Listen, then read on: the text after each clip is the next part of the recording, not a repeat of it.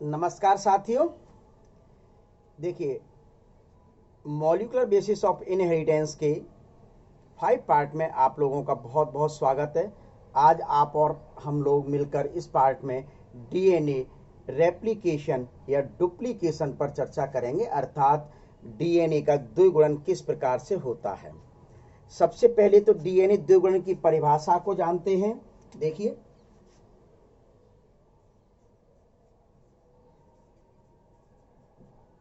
परिभाषा में कहीं कुछ नहीं है, सीधे सीधे ये लिखना, डीएनए में द्विगुणन की क्षमता होती है, अर्थात डीएनए अणु, एक डीएनए अणु, लिखिए, एक डीएनए अणु क्या यानी मॉलिक्यूल से दो डीएनए अणु अर्थात मॉलिक्यूल का बनना रेप्लिकेशन कहलाता है। एक डीएनए अणु से दो डीएनए अणु का बनना रेप्लिकेशन या डुप्लीकेशन मुख्य रूप से कहलाता है। ये डीएनए अणु हूबहू वही बनते हैं जो नया डीएनए अणु बनता है, बिल्कुल पेरेंटल डीएनए अणु जैसा ही बनता है। अर्थात जिस प्रकार से आप और हम लोग एक पेज को कार्बन कॉपी की मशीन में रख देते हैं तो हूबहू वही छपकर मुख्य रूप से दूसरा आ जाता है, तो इसी प्रकार से एक डीएनए अणु से जब नया डीएनए अणु बनता है तो वह कार्बन कॉपी जैसा ही बनता है। अर्थात आइडेंटिकल डीएनए का बनना, कैसा डीएनए अणु बनता है? आइडेंटिकल डीएनए अणु का निर्माण होता है। किस प्रकार के डीएनए अणु का निर्माण होता है? आइडेंटिकल, बिल्कुल कार्बन कॉपी वाले आइडेंटिकल डीएनए अणु का निर्माण होता है। जो एक डीएनए अणु से दूसरा डीएनए अणु बनता है उसमें एक धागा पुराना होता है, अर्थात एक स्ट्रैंड मुख्य रूप से पुराना होता है और दूसरा धागा नया होता है। इस मेथड को सेमी कंजर्वेटिव मेथड कहा जाता है, अर्ध संरक्षित विधि कहा जाता है। लिख लीजिए, बने नए डीएनए अणु में एक स्ट्रैंड यानी धागा पुराना अर्थात ओल्ड और दूसरा स्ट्रैंड धागा न्यू नया होता है। इसी विधि को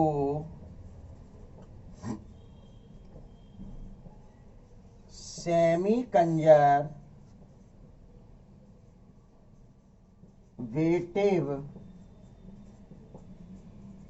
मेथड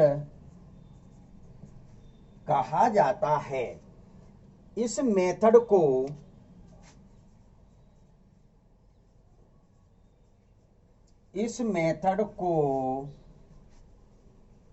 वाटसन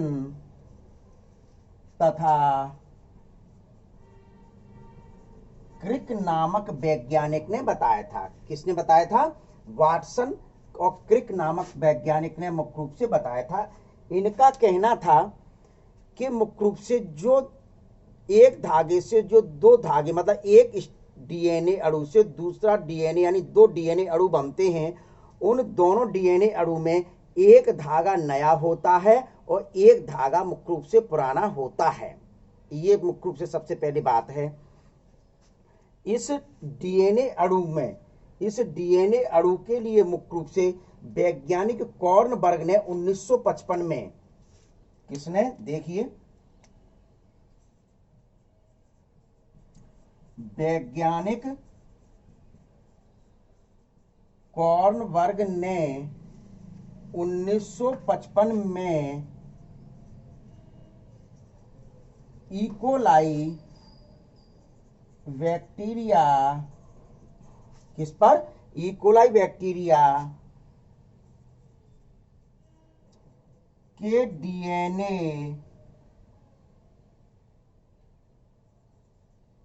अणु के रेप्लिकेशन का अध्ययन किया। क्या? 1955 में वैज्ञानिक कॉर्नबर्ग ने इकोलाई बैक्टीरिया के डीएनए अणु के रेप्लिकेशन का मुख्य रूप से अध्ययन किया और बताया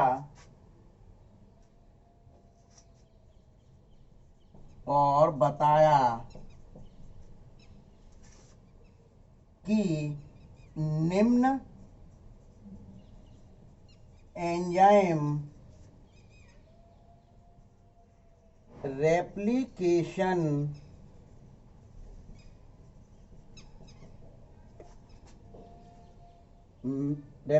में भाग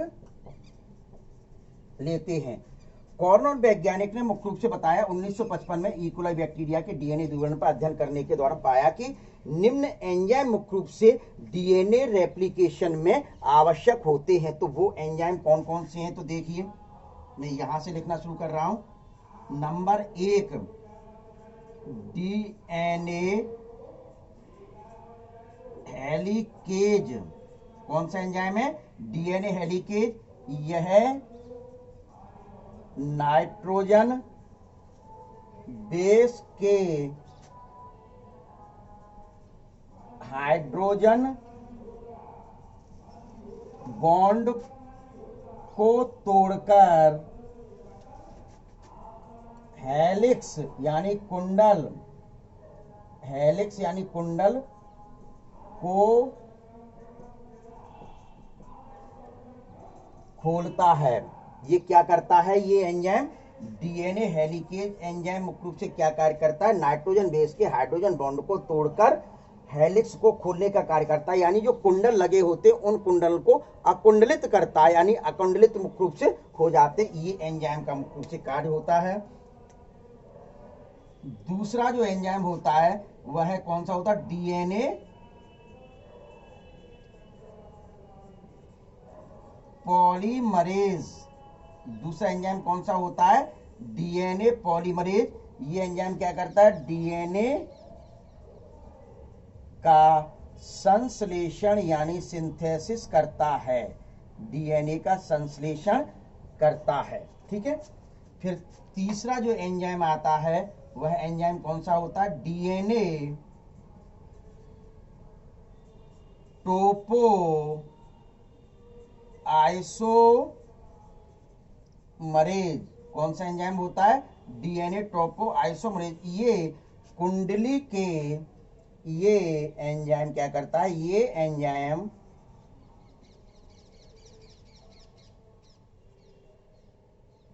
हेलिक्स के टेंशन को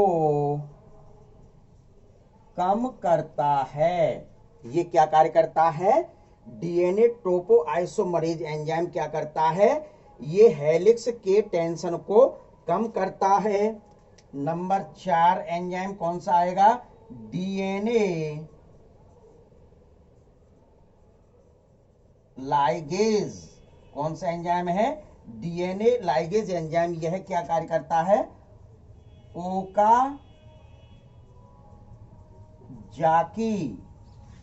सेगमेंट को जोड़ता है। क्या? ये एंजाइम क्या कार्य करता है? ओकाजाकी सेगमेंट को जोड़ने का कार्य करता है। और आ जाएगा नंबर 5 एंजाइम आरएनए प्राइमर। कौन सा एंजाइम है? देख लीजिए, आरएनए प्राइमर, यह एंजाइम क्या करता है, डीएनए प्रतिवलन का, डीएनए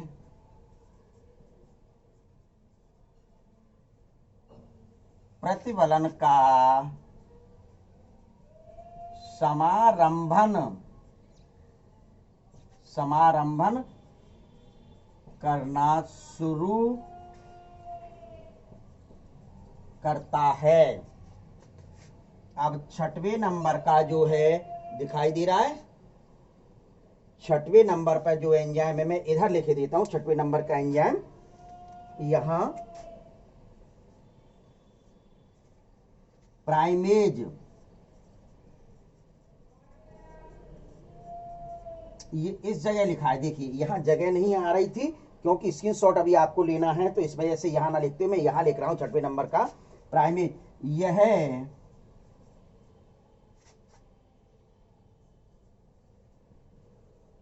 प्राइमर का निर्माण करता है। तो ये 6 एंजाइम जो हैं वह मुख्य रूप से डीएनए रेप्लिकेशन में प्रमुख भूमिका निभाते हैं। यह 6 एंजाइम जो हैं डीएनए डुप्लीकेशन या रेप्लिकेशन या द्विगुणन में मुख्य रूप से प्रमुख भूमिका निभाते। इन्हीं एंजाइम के माध्यम से डीएनए रेप्लिकेशन का कार्य किया जाता है। डीएनए रेप्लिकेशन की क्रिया, डीएनए रेप्लिकेशन की क्रिया सेल साइकिल यानी कोशिका विभाजन का जो चक्र होता है, कोशिका विभाजन के एस फेज में या सिंथेसिस फेज में मुख्य रूप से यह रेप्लिकेशन की क्रिया होती है। जिससे ध्यान से सुन लें, कोशिका विभाजन की जो इंटरफेज अवस्था होती है, उस इंटरफेज अवस्था में 3 अवस्थाएं होती हैं। जीवन फेज यानी प्रथम वृद्धि अवस्था, दूसरी संश्लेषण फेज, तीसरी मुख्य रूप से G2 फेज यानी कि द्वितीय वृद्धि अवस्था। तो एस अवस्था जो होती है, सिंथेसिस फेज जिसको कहा जाता है, उस सिंथेसिस फेज में मुख्य रूप से डीएनए रेप्लिकेशन की क्रिया होती है। तो स्क्रीनशॉट ले लीजिए, फिर डायग्राम के द्वारा बता रहा हूं। देखिए, ले लिया स्क्रीनशॉट, चलिए मैं डाल रहा हूं। अब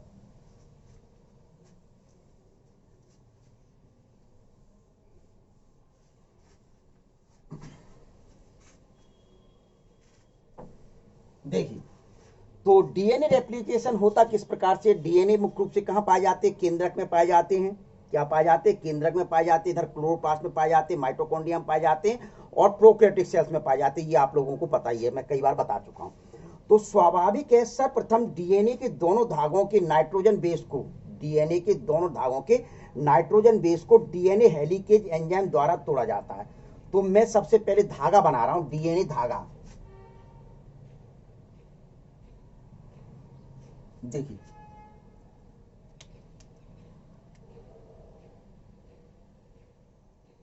एक डीएनए अणु बना रहा हूं मैं, ये डीएनए अणु बना, इसमें मैं मुख्य रूप से लिख रहा हूं A double bond T, G triple bond C, C triple bond G और T डबल बॉन्ड A और A डबल बॉन्ड T।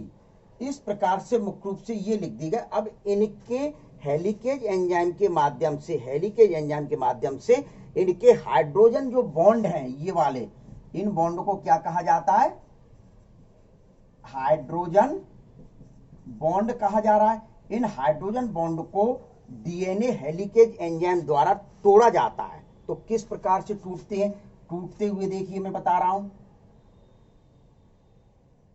ये स्ट्रैंड था, ये इस प्रकार से मुख्य रूप से टूटा। तो इस डीएनए हेलिकेज एंजाइम के माध्यम से जब इनके हाइड्रोजन बॉन्ड को टूटा, तो ये हेलिक्स जो थे, ये जो कुंडल थे, कुंडल मुख्य रूप से खुल जाते, अलग अलग हो जाते। सपोज दैट, जैसे ये मैंने कहा था ए था, तो इधर क्या था, धागे में टी था, क्या था, टी। फिर क्या था, जी था। तो पहले मैं यहां बॉन्ड बना देता हूं, ये ट्रिपल बॉन्ड, ये सी था, ये जुड़ा हुआ। फिर क्या था, सी ट्रिपल बॉन्ड जी, ये था। फिर इसके बाद T डबल बॉन्ड A था और A डबल बॉन्ड T था। इस प्रकार से थे। अब इनके कुंडलन को मुख्य रूप से हेलिकेज एंजाइम के माध्यम से ये जो हाइड्रोजन बॉन्ड हैं, ये तो धागे मैंने अलग अलग पहले ही कर दिए थे, लेकिन मैं बता रहा हूं ये इन हेलिकेज एंजाइम के माध्यम से, डीएनए हेलिकेज एंजाइम के माध्यम से इन हाइड्रोजन बॉन्ड को तोड़ दिया गया। ये टूटा। जैसे ये टूटते तो ये दोनों धागे, मतलब ऊपर से नीचे बिल्कुल दोनों धागे अलग अलग हो जाते हैं। दोनों धागे कैसे हो गए? अलग अलग हो गए। और ये दोनों धागे अलग अलग होकर कहां डले हुए हैं? सेल के न्यूक्लियस में डले हुए हैं।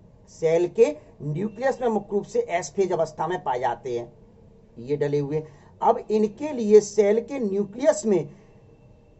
न्यूक्लियस में पूरक न्यूक्लियोटाइड पाए जाते हैं, यानी कॉम्प्लीमेंट्री न्यूक्लियोटाइड पाए जाते हैं। तो कॉम्प्लीमेंट्री न्यूक्लियोटाइड में मुख्य रूप से सीधे सीधे मैं बता देता हूं, ये 3' एक एंड था, ये 5'। तो ये देखिए ये आया हुआ है, तो यहां ये कौन सा एंड होगा? ये 3' एंड होगा। और ये जब है तो ये 5' एंड होगा। कौन सा एंड होगा? 5' एंड होगा।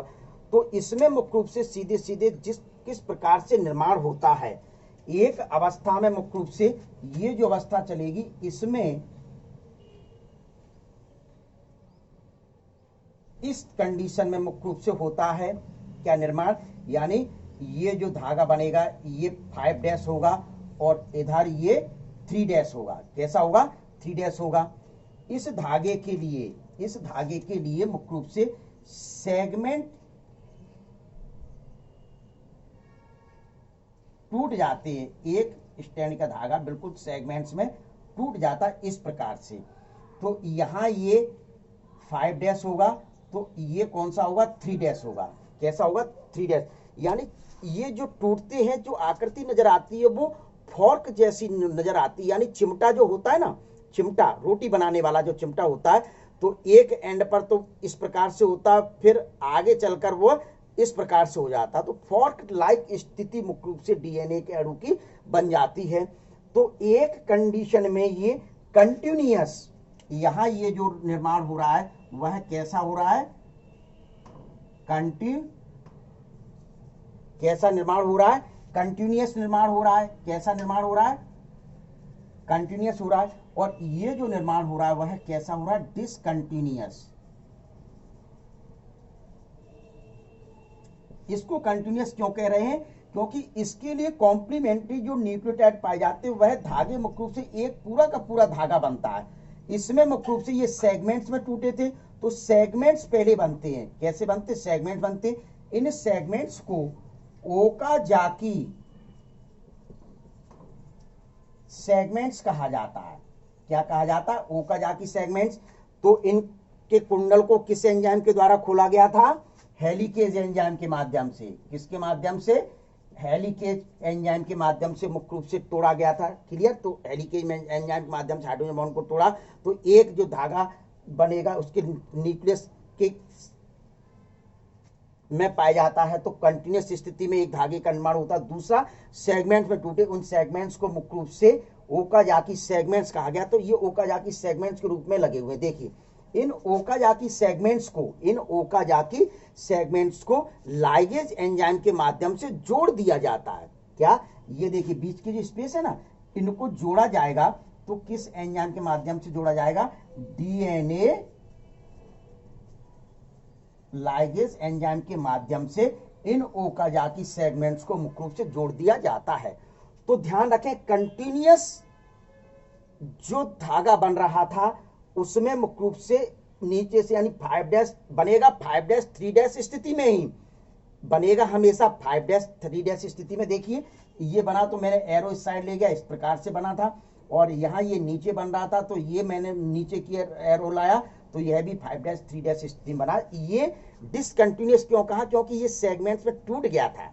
क्या? खंडों में टूट गया था। उन खंडों को ओकाजाकी सेगमेंट्स कहा। अब इन खंडों को मुख्य रूप से जो न्यूक्लियोटाइड इसके लिए न्यूक्लियस में पाए जा रहे थे, तो उन खंडों को भी क्या, न्यूक्लियोटाइड के खंडों को ओकाजाकी सेगमेंट्स कह रहे हैं। तो ये सेगमेंट्स आपस में डीएनए लाइगेज एंजाइम के माध्यम से जोड़ दिया जाता है। किस एंजाइम के माध्यम से जोड़ा गया? डीएनए लाइगेज एंजाइम के माध्यम से जोड़ा गया। इस प्रकार से एक डीएनए धागे से दो डीएनए धागे का निर्माण होता, और ये दो डीएनए धागे बने बिल्कुल हूबहू कार्बन कॉपी यानी आइडेंटिकल डीएनए बनते हैं। यानी पेरेंटल जो डीएनए थे, उस पेरेंटल डीएनए से जो दो धागे का निर्माण हुआ, उसमें एक धागा जो था, एक स्टैंड था वह पुराना था, और दूसरा जो स्टैंड था वह बिल्कुल नया था। कैसा था? नया था। तो देखिए मैं इनको जोड़ रहा हूं, बना रहा हूं किस प्रकार से। देखिए इसके लिए डबल बॉन्ड टी आएगा, इसके लिए जो जी था इसके लिए ट्रिपल बॉन्ड सी आएगा, इसके लिए ट्रिपल बॉन्ड जी, और इसके लिए डबल बॉन्ड ए, और इसके लिए मुख्य रूप से डबल बॉन्ड टी। इस प्रकार से मुख्य रूप से जुड़ा। देखिए तुलना करिए, पहला जो पुराना जो सेगमेंट्स था उसमें ए जी सी टी ए अलग अलग हुए। इसके लिए न्यूक्लियस में मुख्य रूप से जो न्यूक्लियोटाइड पाए गए वो कौन से जुड़े? ए के सामने डबल हाइड्रोजन बॉन्ड द्वारा थायमिन जुड़ गया, जो ग्वानिन के सामने था वह ट्रिपल बॉन्ड द्वारा साइटोसिन जुड़ा, और साइटोसिन के सामने ट्रिपल बॉन्ड द्वारा ग्वानिन बेस जुड़ा, और थायमिन के सामने डबल हाइड्रोजन बॉन्ड द्वारा एडेनिन जुड़ा, और एडेनिन के सामने डबल हाइड्रोजन बॉन्ड द्वारा थायमिन जुड़ा। इस प्रकार से ये धागा कंटिन्यूअस बना। ये धागा मुख्य रूप से किस प्रकार निर्मित हुआ? कंटिन्यूअस निर्मित हुआ। तो इसमें एक धागा, ये जो धागा था ये ओल्ड है, ये कैसा? ओल्ड है, और ये जो धागा है वह कैसा है? न्यू है। यानी कि इस विधि में मुख्य रूप से एक धागा सुरक्षित रहा, पेरेंटल धागा मुख्य रूप से सुरक्षित रहा, और एक धागा नया बना। तो इस वजह से इस विधि को क्या कह दिया गया? अर्ध संरक्षी विधि। इस विधि को क्या कहा गया? अर्ध संरक्षी विधि, यानी कि सेमी कंजर्वेटिव मेथड बताया गया। और इस सेमी कंजर्वेटिव मेथड को सबसे पहले वाटसन और क्रिक नामक वैज्ञानिक ने मुख्य रूप से बताया था। क्लियर? ये अब दूसरे इस साइड की पर चर्चा कर लेते हैं आप और हम लोग थोड़ा सा। देखिए कि ये जो क्या था? थायमिन था, थायमिन। क्लियर? तो थायमिन से क्या जुड़ेगा भाई? अब आप लोग बता दें। ए डबल जुड़ गया डबल हाइड्रोजन बॉन्ड द्वारा। यहां क्या था? साइटोसिन था। क्या था? देखिए इस साइड देखिए, बिल्कुल दिखाई दे रहा है, साइटोसिन था। तो यहां मुख्य रूप से ये ट्रिपल बॉन्ड द्वारा किससे जुड़ेगा? जी से जुड़ेगा, यानी ग्वानिन से जुड़ेगा। फिर क्या था? देखिए ग्वानिन था, तो ग्वानिन से ट्रिपल बॉन्ड द्वारा क्या जुड़ेगा? सी जुड़ेगा, यानी साइटोसिन जुड़ेगा। फिर देखिए ये क्या था? एडेनिन था। देखिए अगले में देखिए, ये बिल्कुल क्लियर दिखाई दे रहा है, एडेनिन। तो इस एडेनिन से मुख्य रूप से डबल हाइड्रोजन बॉन्ड द्वारा क्या जुड़ेगा? टी जुड़ेगा। क्या जुड़ रहा है? टी जुड़ रहा है। और फिर आप देख रहे हैं क्या है? ये थायमिन है, तो थायमिन से मुख्य रूप से डबल बॉन्ड द्वारा क्या जुड़ेगा? ए जुड़ेगा। तो ये अब आपने देखा, तुलना कर लीजिए इस धागे से, इस डीएनए से तुलना करिए। चलिए दोनों धागे जो बन रहे हैं, क्या दोनों जो सेगमेंट बने उनकी तुलना कर लीजिए।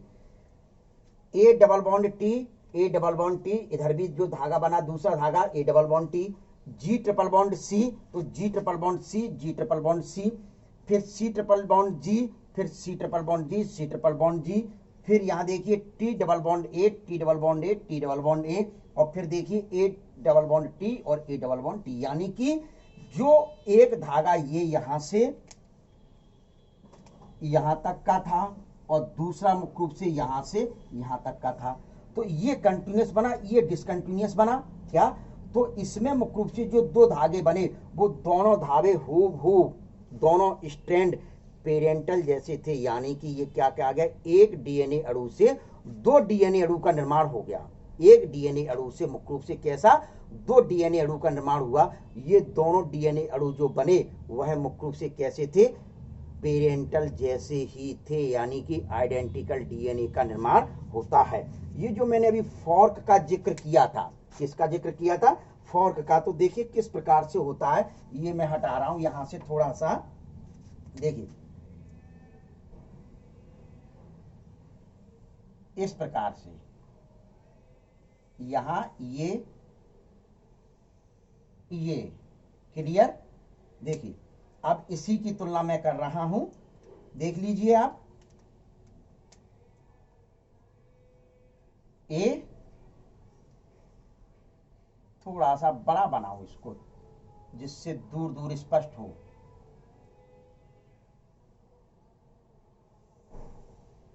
ओके, ए टूटा है, ये जी है, फिर सी है, फिर टी है, फिर ए है। क्लियर? तो यहां कंटिन्यूअस बना था, तो ये कंटिन्यूअस बनाने के लिए मैं मुख्य रूप से क्या कर रहा हूं, सीधे सीधे ये लाइन मैंने न्यूक्लियोटाइड न्यूक्लियस में जो पाए जाते थे उनको जोड़ा। तो यहां ये जो जुड़ रहे हैं, तो ये डबल बॉन्ड टी, ये ट्रिपल बॉन्ड सी, ये ट्रिपल बॉन्ड जी, और ये टी को थोड़ा सा इधर लिखूं। देखिए देखिए, ये डबल बॉन्ड ए और ये ए ट्रिपल डबल बॉन्ड टी। इस प्रकार से आपने देखा कि एक ये जो धागा बना, यहां से यहां तक का एक नया धागा बन गया, ये कंटिन्यूअस बना। कैसा बना? कंटिन्यूअस बना। तो एक धागे में ये ओल्ड था, और ये जो धागा बना ये कैसा बना? न्यू बना। ठीक है, अब इसमें मुख्य रूप से देख लीजिए इनके सेगमेंट्स को। अपने को तुलनात्मक अध्ययन स्टडी करनी है, तो देखिए किस प्रकार से स्टडी की जाए। देखिए, इस साइड क्या पाया जा रहा है? थायमिन। फिर क्या पाया जा रहा है? साइटोसिन। फिर क्या पाया जा रहा है? ग्वानिन। फिर क्या पाया जा रहा है? एडिनिन। और फिर क्या पाया जा रहा है? टी। ये ओल्ड स्ट्रैंड है, ओल्ड धागा है, पुराना धागा है। तो इस ओल्ड में मुख्य रूप से जो नया बन रहा है, उसमें जो सेगमेंट्स टूटे थे वह देखिए इस प्रकार से। ये जो है यहां ए डबल मतलब टी था, थायमिन था, तो उसके सामने कौन सा न्यूक्लियोटाइड का जुड़ेगा? बेस एडिनिन जुड़ेगा। इसमें मुख्य रूप से कौन सा जुड़ेगा?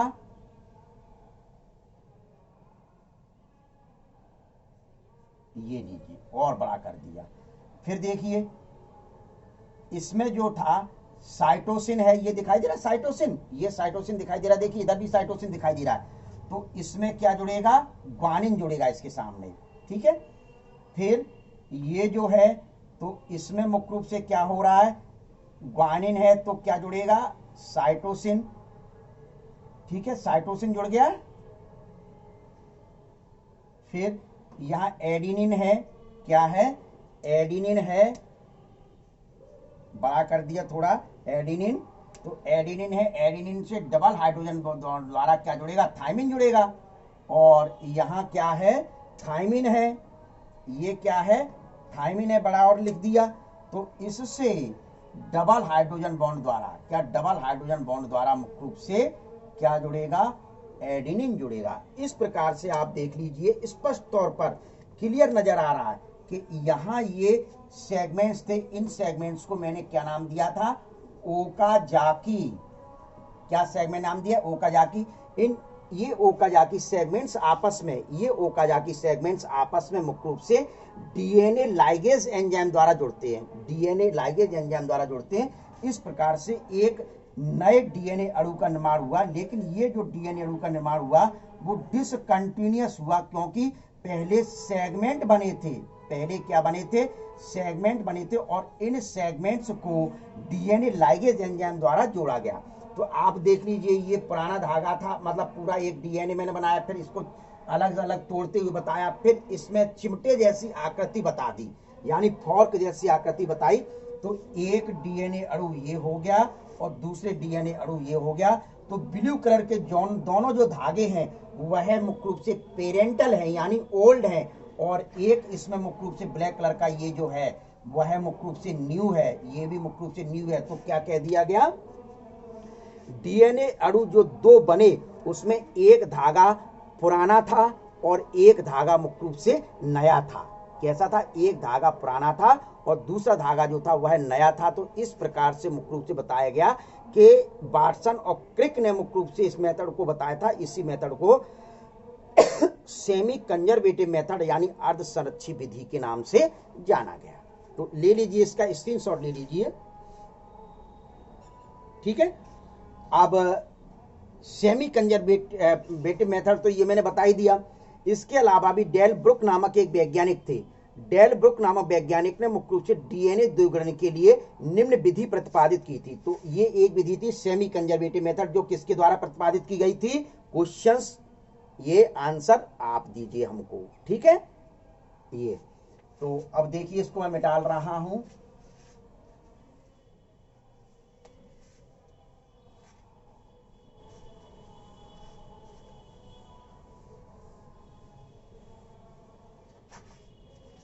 देखिए, तो लिख दीजिए मेथड ऑफ रेप्लिकेशन।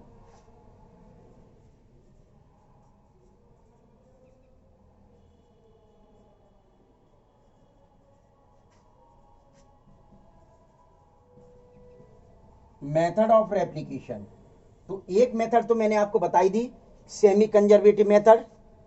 कौन सी मेथड बताई? सेमी कंजर्वेटिव मेथड, जो किसके द्वारा दी गई थी? वाटसन और क्रिक के द्वारा मुख्य रूप से प्रतिपादित की गई थी। इसके अलावा जो सेमी कंजर्वेटिव मतलब सेमी कंजर्वेटिव मेथड के अलावा दो मेथड और बताई गई थी डेल ब्रुक नामक साइंटिस्ट के द्वारा।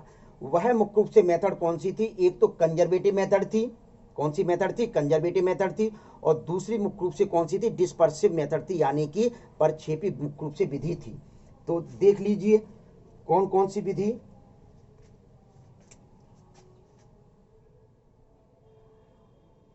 ये पेरेंटल डीएनए है। इस पेरेंटल डीएनए का द्विगुणन होता है और द्विगुणन द्वारा मुख्य रूप से अपने को दो नए धागे बनाना है। तो एक ये जो मेथड है, इस मेथड को क्या नाम दिया गया?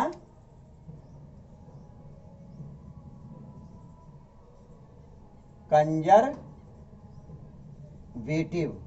और दूसरी मेथड को डिस्पर्सिव मेथड। तो इस पुराना धागा ये है, पुराना मैंने ब्लैक कलर का बनाया है, पेरेंटल डीएनए। तो यहां मैं लिख दूं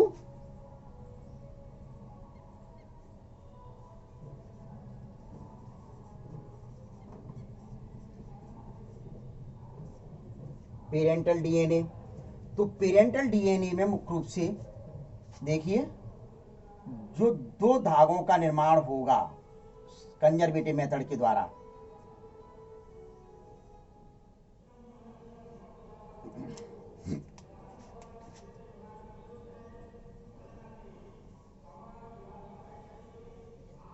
देखिए एक डीएनए से दो डीएनए अणु का निर्माण हो गया, जिसमें एक में ओल्ड है और एक में दोनों धागे न्यू हैं। क्या? एक डीएनए अणु में दोनों धागे पुराने हैं और एक में मुख्य रूप से नए हैं। क्योंकि इसमें दोनों धागे कंजर्व रह रहे हैं, सुरक्षित रह रहे हैं। क्या? जो डीएनए अणु बने उसमें दोनों धागे कैसे रह रहे हैं? कंजर्व रह रहे हैं, यानी संरक्षित रह रहे हैं, सुरक्षित रह रहे हैं। इस वजह से इस मेथड को कंजर्वेटिव मेथड यानी संरक्षी विधि कहा गया। कौन सी विधि कहा गया? संरक्षी विधि नाम दिया गया। ये ठीक है, ठीक है। तो डिस्पर्सिव मेथड में मुख्य रूप से क्या बताया जाता है? वैज्ञानिक डेल ब्रुक ने बताया कि इसमें जो डीएनए अणु है वह छोटे छोटे खंडों में टूट जाता है। डीएनए जो अणु है वह मुख्य रूप से कैसे बताया गया? छोटे छोटे सेगमेंट्स में टूट जाता है। तो देखिए,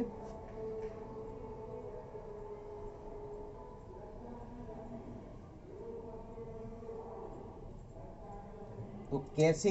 देखिए,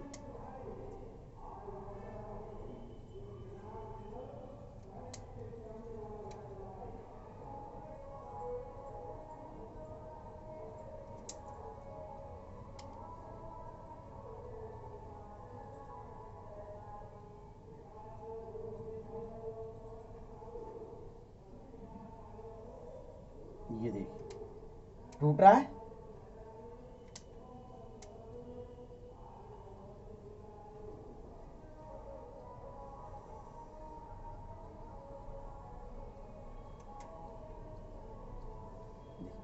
छोटे छोटे सेगमेंट्स में टूटे और उन सेगमेंट्स के बीच जो टूटे वो नए सेगमेंट्स जुड़ जाते हैं। कैसे सेगमेंट जुड़ जाते हैं? नए सेगमेंट जुड़ जाते हैं।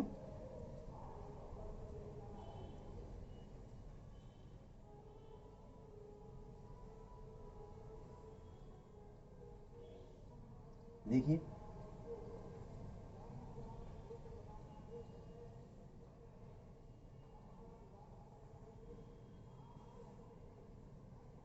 इस प्रकार से। तो स्वाभाविक है कि ये धागा जैसे टूटा। देखिए मैं दूसरे तरीके से बता रहा हूं, आप देखें क्लियर करके। ये धागा था, छोटे छोटे सेगमेंट में टूट रहा, एक धागा इस प्रकार से टूटा, ये टूट गया, ये टूट गया छोटे छोटे सेगमेंट में। अब ये दोनों धागे मुख्य रूप से ये इस प्रकार से बीच बीच में मुख्य रूप से न्यू सेगमेंट्स द्वारा, न्यूक्लियोटाइड द्वारा जुड़ गया। तो एक धागा से मुख्य रूप से ये एक डीएनए स्टैंड से दो डीएनए स्टैंड बन गए और इनमें इस विधि को डिस्पर्सिव मेथड कहा गया, यानी परिक्षेपी विधि।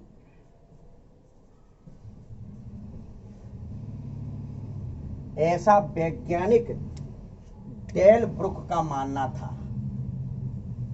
कौन से वैज्ञानिक ने इन दोनों मेथड को बताया? डेल ब्रुक नामक वैज्ञानिक ने बताया। लेकिन ये दोनों ही विधियां जो थीं वह मुख्य रूप से सही साबित नहीं हुई। मैसलसन और स्टाल नामक वैज्ञानिक ने प्रायोगिक प्रमाण प्रस्तुत किए अर्धसंरक्षी विधि के लिए प्रायोगिक प्रमाण प्रस्तुत मुख्य रूप से किए गए थे। तो ये जो दोनों धागे देखिए इधर बन गए और दो धागे इधर बन गए। इस धागे में नए पुराने सेगमेंट एक साथ हैं और इस धागे में भी नए पुराने सेगमेंट एक साथ हैं। तो इसी विधि को परिक्षेपी या डिस्पर्सिव मेथड। लेकिन इसमें मुख्य रूप से जो दो धागे बने उसमें एक धागा जो एक डीएनए अणु था उसमें दोनों धागे मुख्य रूप से सुरक्षित थे, दोनों धागे पाए जाते थे। और जो दूसरा डीएनए अणु बना उसमें दोनों धागे नए थे, अर्थात पूर्ण रूप से डीएनए अणु सुरक्षित रहा। इस वजह से इसको संरक्षी या कंजर्वेटिव मेथड बताया गया। लेकिन ये दोनों ही मेथड जो डेल ब्रुक द्वारा दी गई थी बिल्कुल गलत थी, क्योंकि कोई प्रायोगिक प्रमाण प्रस्तुत नहीं हो पाए थे। लेकिन सेमी कंजर्वेटिव मेथड जो मैंने पूर्व में बताई थी, जो वाटसन और क्रिक द्वारा प्रस्तुत की गई थी, वह मेथड के मैसलसन और स्टाल नामक वैज्ञानिक ने प्रायोगिक प्रमाण प्रस्तुत किए थे। अतः डीएनए का रेप्लिकेशन अर्धसंरक्षी विधि द्वारा ही, यानी कि सेमी कंजर्वेटिव मेथड के द्वारा ही होती है। ले लीजिए स्क्रीनशॉट।